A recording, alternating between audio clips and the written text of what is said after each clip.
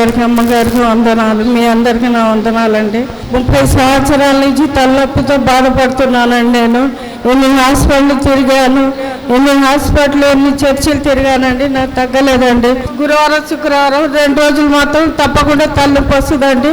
శుక్రవారం వస్తే నాకు భయం వేసేదండి, విపరీతమైన జ్వరం వచ్చేదండి. ఇక్కడ పత్రిక మాకు అందింది. గురువారం నేను వచ్చానండి. గురువారం వస్తే అయ్యగారు అమ్మగారు ఇద్దరు ప్రార్థన చేశారు.